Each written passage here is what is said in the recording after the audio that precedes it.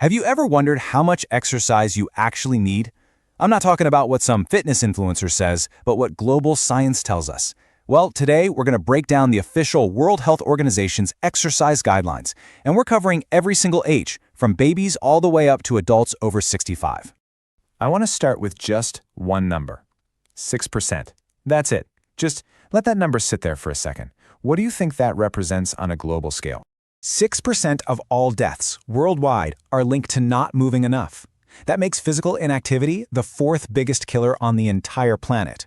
And that is exactly why the World Health Organization created a global roadmap for all of us to stay active.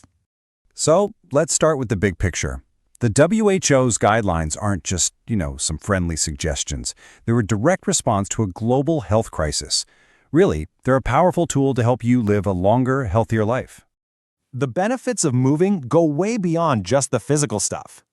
Of course, regular activity is great for your heart, your lungs, and your muscles, but it also does wonders for your mind. It can reduce stress and anxiety, help kids perform better in school, and it dramatically lowers your risk of major diseases. So let's see how these guidelines work, starting right from day one. Because healthy habits don't begin in a gym, they begin on the living room floor. For the little ones, the WHO thinks in 24-hour cycles. It's all about a balance between active play, good quality sleep, and, this is a big one, limited sedentary time. And check this out, the screen time recommendation for kids under 1 is 0 hours. The focus here isn't on exercise in the traditional sense, but on movement and discovery, things like tummy time for infants and at least 3 hours of energetic play for toddlers. It's about choosing storytelling over screens. Okay, now we're hitting those critical growth years. For school-aged kids and teens, movement is absolutely fundamental to their development, both for their bodies and their minds. And for this entire age group, there is one magic number to remember: 60. That's the daily goal, in minutes. So, what does that 60 minutes a day look like? Well, the key is variety. It should mostly be aerobic, which is just a fancy way of saying it gets their heart rate up. So think running around, team sports, or even just a game of tag.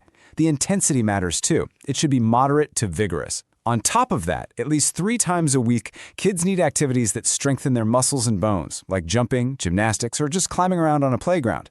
All right, that takes care of the kids. But for most of us watching, the big question is, what about us? What are the rules for adults? This next part covers the largest age group, and the focus here shifts a little bit. It's less about development and more about maintenance. It's about maintaining our health and actively preventing the start of chronic diseases. So the WHO gives you 2 ways to hit your weekly cardio goal. You can either aim for 150 to 300 minutes of moderate intensity activity, or if you're short on time, you can do 75 to 150 minutes of vigorous activity. The easiest way to tell the difference? It's the talk test. If you can talk but you can't really sing, you're in the moderate zone. If you can only get a few words out between breaths, yep, that's vigorous. But your aerobic work is only half the story. Just like with kids, there's another crucial number that adults need to hit each and every week. And that number is 2. Adults need at least 2 days a week of activities that strengthen all their major muscle groups. This could be lifting weights, sure, but it could also be using resistance bands or even some heavy gardening. This isn't just about building muscle. It's absolutely essential for healthy metabolism and strong bones as we age. Now, if all of this is sounding a little intimidating, the guidelines are very clear. Just start where you are. Begin with 10-minute bursts of activity. As you get more comfortable, you can build up the duration, the frequency, and the intensity over time. Remember, the goal is progress, not perfection. Okay, and finally, let's look at the guidelines for older adults. Here, the focus is squarely on maintaining health, independence, and a really high quality of life. So the core aerobic and strength goals, they stay exactly the same for older adults. But there is a vital new addition: at least 3 days a week of activities that specifically challenge and improve your balance. We're talking about things like Tai Chi, yoga, or even just standing on one leg. This isn't just a casual suggestion. It's critical for preventing falls, a major health risk, and for maintaining your independence for as long as possible. So after going through every stage of life, from tummy time all the way to balance exercises, what's the single most important message you should take away from all this? It all boils down to this really simple but powerful idea from the World Health Organization. Don't get paralyzed by the numbers. The journey to a healthier life doesn't start with hitting 150 minutes. It starts with the very first minute you decide to move. So forget about the weekly goals for just a second and think about right now. What's one small, simple move you can make today? A walk around the block? 5 minutes of stretching? Because that, right there, is where it all begins. You know, we talk a lot about diet and exercise, but there's this silent culprit that's messing with our energy, our mood, and even how productive we are every single day. And that's our posture. So in this explainer, we're going to break down what it is, why it's so important, and what you can actually do about it. So, first question for you, and I want you to be honest. Right now, as you're listening to this, are you sitting up straight, or are you kind of slouched over your desk, maybe leaning on one arm? Just that simple act of checking in with yourself, well, that's awareness. And that is always, always the first step. So let's get right into it. Why does posture even matter? Well, it's about so much more than just looking good in a photo. I want you to think of your posture as the actual foundation for your entire day. It influences everything from your energy levels to your focus. And what's really fascinating here is how all of these benefits are connected. I mean, think about it. When you reduce the stress on your joints and muscles, you naturally get less tired because your body isn't fighting gravity just to hold itself up. And that extra energy, it goes straight to your brain, boosting your focus and making you more productive. It's this amazing chain reaction that helps both your body and your mind. So what exactly is posture? Anyway, well, let's break it down. You've got dynamic posture. That's your body in motion. Picture a dancer who's constantly adjusting to stay perfectly balanced.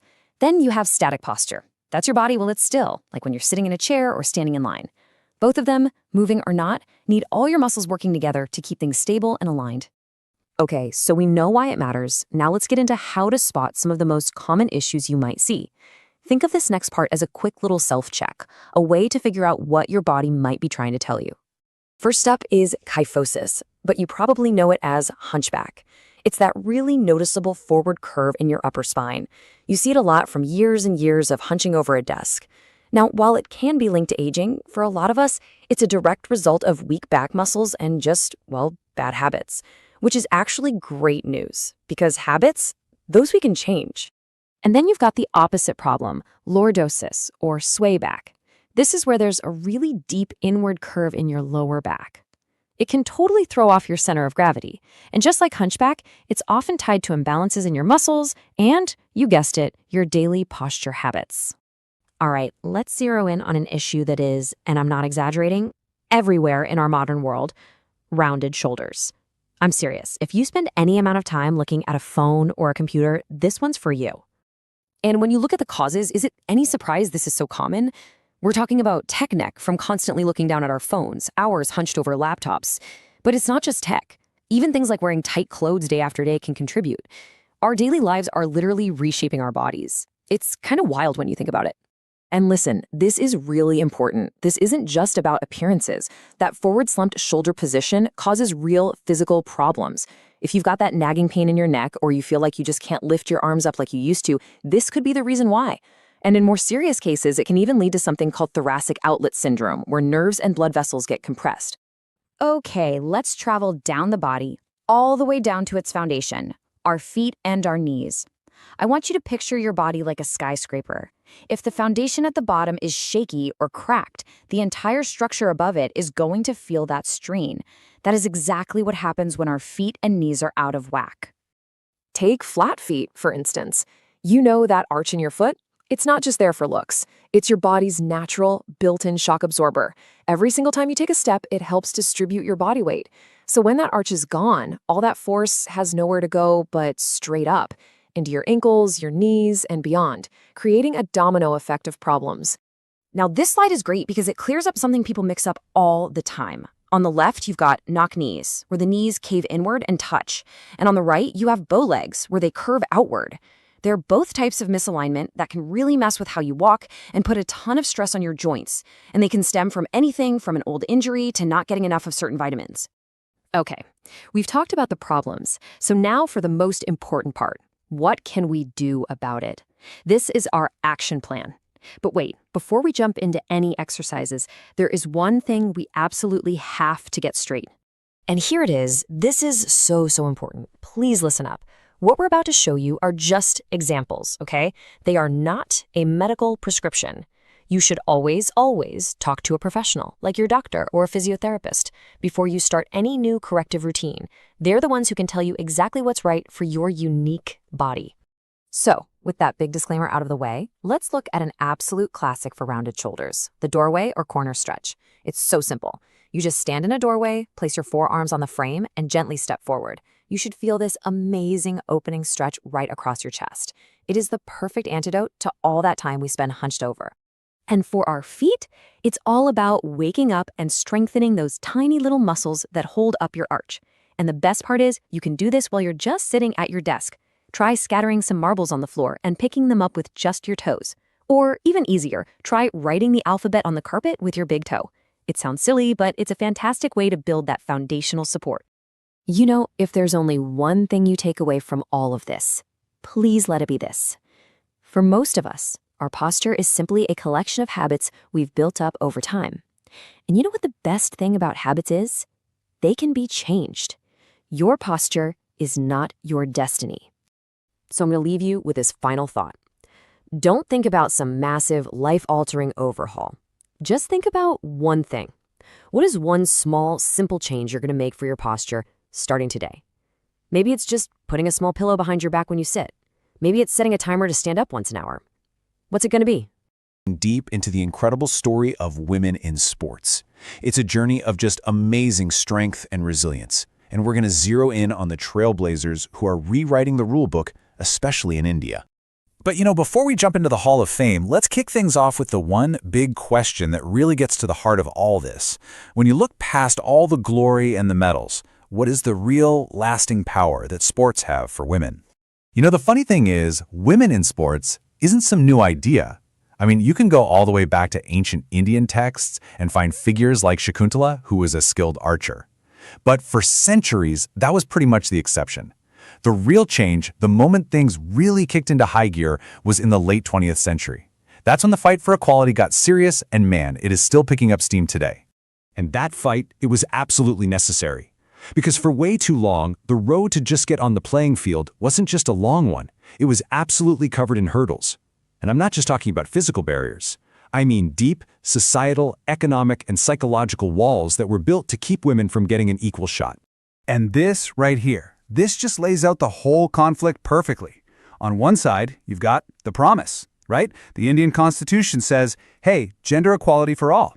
But then you look at the reality for female athletes, and you see this massive gap. We're talking lower pay, way less media coverage, and just fewer chances to compete. This isn't an accident. It's the result of old-school biases and a system that just hasn't valued their talent in the same way. So, with all that stacked against them, what happens when women do get the chance to play? Well, this is where the magic happens. It's what you could call the athlete's triple win, a transformation that hits the body, the mind, and, yeah, even society as a whole. Okay, so let's start with the most direct, most obvious benefit, the foundation for everything else really, building stronger bodies. This is ground zero for the transformation.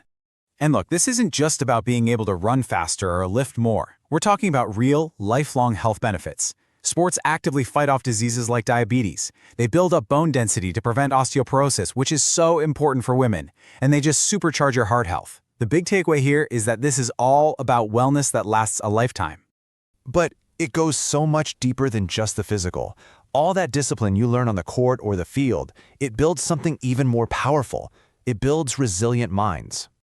Just think about it. The pressure of a final shot, the drive to beat your personal best, that forges skills you can't learn anywhere else.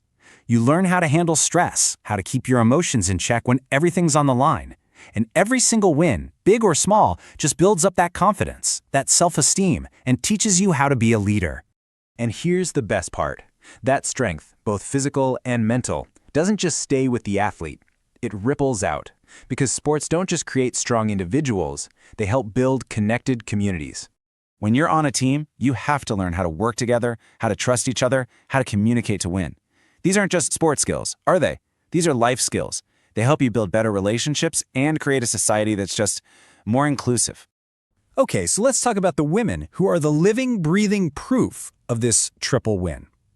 Let's talk about the champions from India, who didn't just win medals, they changed the entire game for everyone who came after them. The first major crack in that glass ceiling was a huge one.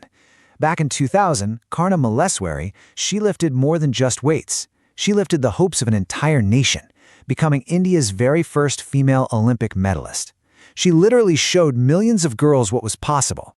And that one moment just opened the floodgates. Soon, you had icons like Mary Kom, who is an absolute force of nature, a 5-time world champion, an Olympic medalist. She completely shattered the stereotype that you couldn't be a mother and a world-class dominant athlete at the same time.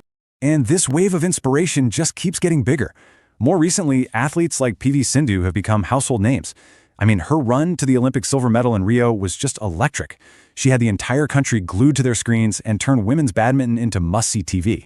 These women, and so many others like PT Usha, Saina Nehwal, Sakshi Malik, they aren't just names on a trophy. Their success is living, undeniable proof of what can happen when incredible talent finally gets the opportunity it deserves. So, their legacy is secure. The question now is, where do we go from here? How do we build on what they started and create a system that doesn't just produce a few champions, but fosters them everywhere? Well, the global target is pretty clear. Just look at this number. The International Olympic Committee is aiming for 49% female participation at the next Olympic Games. 49%. That is a massive push for gender parity on the biggest stage in the world, and it sets the standard for everyone else. So how do we get there? Well, there's no silver bullet. It's a whole strategy. First, it has to start at the grassroots. Get more girls playing in schools and colleges. Then, you've got to support them with better facilities and just more awareness. After that, the big players, media and sponsors, have to step up with coverage and money. And this is a big one. We need more female coaches, more role models and leadership. And finally, something as simple as designing equipment that's actually made for female athletes. Because at the end of the day, this is about so much more than just who wins and who loses. The thing to remember is that sports are one of the most powerful tools we have for achieving real gender equity. They empower people, they challenge old ways of thinking, and they help us build a better, more inclusive world for everybody. So we end up right back where we started. But now we see it all a little differently. The path has been paved by absolute champions who smashed barriers. And that just leaves us with one final, inspiring question to think about. Who is going to be the one to carry that torch next? We're going to talk about something that's, often a little bit mysterious, but it's actually one of the most important signs of your health, the menstrual cycle. We tend to think of it as just a thing that happens every month, right? But what if we started thinking about it as a vital sign, kind of like a monthly report card from your body? So let's decode what it's trying to tell us. So let's just kick things off with the biggest question of all. What does a normal period even mean? We hear that word thrown around constantly, but here's the thing. Normal is really just a range. The real secret isn't about fitting into some perfect cookie-cutter standard. It's about understanding what's normal for you. All right, so here's our game plan. We'll start at the very beginning with menarche. Then we're going to figure out what a normal rhythm looks like, talk about what happens when things get a little off track, and check out some common causes and disorders. And then we'll wrap it all up with the single most important thing you need to know. Okay, let's rewind and start right at the beginning. Because before there's a cycle, there's that very first sign, menarche. And this is so much more than just a biological thing. It's a huge milestone in life. So, what is menarche exactly? Well, that's just the clinical term for a person's very first period. It's this big moment, usually happening somewhere between age 8 and 15, and it's basically the body's way of saying, hey, the reproductive system is firing up and getting mature. And what's so fascinating is that the timing of menarche isn't just random chance. Nope. It's this really complex dance between your genes and your environment. Everything from your DNA and what you eat to your overall health can play a part. And here's a wild fact for you. Over the past 100 years or so, the average age when people get their first period has been dropping. The exact reasons? Well, they're still being studied, but a lot of signs point towards things like better nutrition and changes in average body weight. Pretty interesting, right? Okay, so we've talked about the first period. Now let's get into the cycle itself. To really know when something's off, you have to know what's considered typical in the first place. So let's figure out what that baseline looks like. So what's the magic number? Well, surprise, there isn't just one. Instead, there's a healthy range. A typical cycle can last anywhere from 21 to 35 days. And you measure that from the first day of your period to the first day of your next one. This range, this is your personal sweet spot. And what about the period itself? Well, the actual bleeding usually lasts somewhere around 3 to 5 days. So we've got 2 key ranges to remember, 21 to 35 days for the whole cycle and 3 to 5 for the period. But what happens when your body decides to go off script? Yeah, of course, life isn't always so perfectly predictable. When the rhythm of your cycle strays from that normal range we just talked about, it gets a name, menstrual dysfunction. And honestly, it's way more common than you might think. Let's look at this side by side, because it makes it super clear. On one side, you have your normal, pretty predictable cycle. On the other side, these are the warning signs you want to look out for. Cycles that are suddenly way shorter or way longer. Bleeding that drags on for more than a week, or, periods just going missing entirely. These are all signals from your body that something might be up. So, if your cycle is going off the rails, the big question is, why? Let's dive into some of the most common reasons your body's natural rhythm can get thrown for a loop. The list of things that can mess with your cycle is surprisingly long. There's the stuff you'd probably expect, like being under a ton of stress or having other health issues. But it also includes lifestyle stuff, like big changes in your diet, your workout routine, or even just travel. Think about it. High stress floods your system with cortisol, and that hormone can directly interfere with the delicate dance that runs your cycle. Let's use an example to see how this works. Say someone is doing really extreme exercise and has very low body fat. That can send a stress signal to the body. And what's the response? The body might dial down the production of key hormones like estrogen and progesterone. And when that happens, the menstrual cycle can just stop. So now that we have an idea of the causes, let's put some official names to these different types of menstrual issues. Honestly, just knowing the terminology can make you feel way more in control when you're trying to figure out what's going on with your body. First up is amenorrhea. It's a fancy word that simply means your period is absent. It's called primary if someone never gets their first period to begin with, and secondary if your periods have started but then stop for 3 months or more. Next, we have a really common one, dysmenorrhea. This is the medical term for painful periods.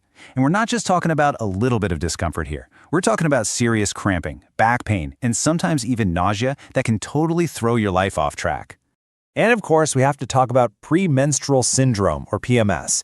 These are all those lovely emotional and physical symptoms, like feeling anxious, getting headaches, or just being super irritable, that pop up in the days before your period starts. But here's some good news. Things like exercise and a balanced diet can often make a huge difference. Okay, now irregular bleeding can get a little confusing because there are a few different types. Menorrhagia, that's when bleeding is super heavy or lasts a long time. Polymenorrhea means your periods are coming way too often. The opposite of that is oligomenorrhea, which means they're few and far between. And then there's metrorrhagia, and that's just unpredictable bleeding that happens between your periods. Whew, okay, we have covered a lot of ground, from the very first period all the way to the different kinds of disorders. So let's bring this all home and really focus on the biggest, most important takeaway from all of this. If you only remember one thing from our chat today, please let it be this. Your cycle is not just an inconvenience. It's a vital sign. It is a powerful window into your overall health, and paying attention to its patterns is a serious act of self-care. At the end of the day, the only baseline that truly matters is what's normal for your body. Once you get a handle on your own personal rhythm, you have the power to notice when something's not right. And if you do see changes that stick around, please don't just ignore it. Talk to a healthcare professional. So, I'm just going to leave you with this one thought. Every single month, your body is talking to you. It's giving you clues. The only real question is, are you listening? We're diving into a really important health issue that often hides in plain sight in the world of sports, the female athlete triad. So whether you're an athlete yourself, a parent, or a coach, this is something you absolutely need to know about. Let's get right into it. We all know that sports can be an incredible force for good, right? They build strength, they build character, they build community. But what happens when the very pressure that drives an athlete to succeed starts to create a risk that no one sees? And I mean, the benefits are just undeniable. We see them everywhere. The amazing physical fitness, the mental toughness, the confidence, and of course, those social bonds you get from being part of a team. It's a powerful mix that can truly shape a person's life for the better. But what happens when that drive for excellence, that constant pressure to be leaner, faster, stronger, crosses a line? When does that pursuit of peak performance actually start to damage the very body it's supposed to be perfecting? This is exactly where the female athlete triad comes into the picture. It's a real medical condition, and it's pretty much born from that intense pressure to maintain a low body weight in certain sports. So let's break down what that actually means. The main thing to get your head around here is that the triad isn't just one single problem. It's actually 3 health problems that are all linked together. Honestly, the best way to think about it is like a set of dominoes. If one falls, it can really easily knock down the other 2. And you know, our understanding of this whole thing has really evolved. If you go back to 1992, the terms were very specific, like disordered eating or osteoporosis. But the updated terms are much broader: low energy availability, low bone mineral density. And this shift is so important because it recognizes that the danger exists on a spectrum. You don't need to have a formal diagnosed eating disorder to be at risk. It's about what's happening inside the body, not just a label. So that first component we just mentioned, low energy availability, that's the key. It really is the trigger for everything else that follows. It's the root of the entire problem. It all boils down to this really simple but incredibly dangerous imbalance. The body is just burning way more energy through training than it's taking in through food. And that creates this huge energy debt that it just can't sustain over time. So what does this actually mean for an athlete's body? Well, after a really hard workout, your body has a long to-do list. It needs to regulate hormones, maintain your bones, keep your organs running smoothly. But with low energy availability, there just isn't enough fuel left in the tank to get any of those essential jobs done. This energy crisis doesn't just happen by accident. It can be caused by things like super restrictive dieting, training like crazy without fueling up properly, or even more serious clinical eating disorders. And we tend to see this a lot in sports, where having a low body weight is really emphasized. Think gymnastics, long-distance running, or wrestling. So once this energy crisis starts, it sets off that dangerous chain reaction we were talking about. It really is a domino effect, and here's exactly how it plays out. It all starts right here. The body is in a state of energy deficit. It doesn't have the fuel it needs to do all its jobs, so it has to start making some cuts. To save energy, the body starts shutting down systems it considers, well, non-essential for survival at that moment. And a primary target is the reproductive system. Sensing what it thinks is a famine, it stops producing the hormones needed for a regular period. This leads to irregular cycles, or even your period stopping altogether, a condition we call amenorrhea. Now, this hormonal shutdown has a really devastating effect on bone health. It turns out the very hormones that regulate the menstrual cycle are also absolutely critical for keeping bones strong. Without them, bones start to lose minerals and get weaker. And that's the third domino. And just so we're clear, this is not a rare problem. Think about this. At the Olympic level, among the most elite athletes on the planet, more than 15% suffer from amenorrhea, the complete absence of their period. That is a staggering number. And the consequences of that hormonal disruption are severe. We're talking fragile bones, a much higher risk of stress fractures, and just a higher injury rate overall. And get this, the bone health of an elite athlete with amenorrhea can actually be worse than that of a sedentary woman. This isn't just a short-term problem either. It can lead to permanent damage and osteoporosis later in life. But here's the good news, and it's really important. The triad is both preventable and treatable. The absolute key is to recognize the signs early and to shift the entire focus back to a foundation of total health.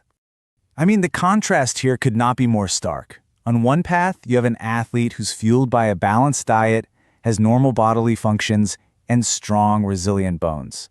But on the other path, you have an athlete who's struggling with poor nutrition, hormonal disruptions, and weak, fracture-prone bones.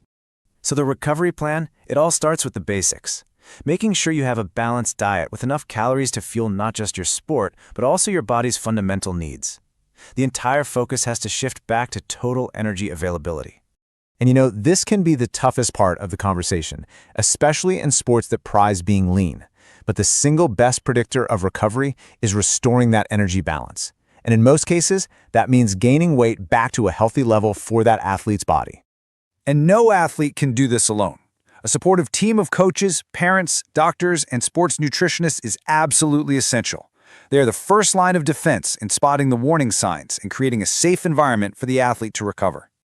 It all leaves us with a final question. We push our athletes to win, but at what cost? Because when it comes to the pursuit of victory, an athlete's health should never be the price. Why should they ever have to choose?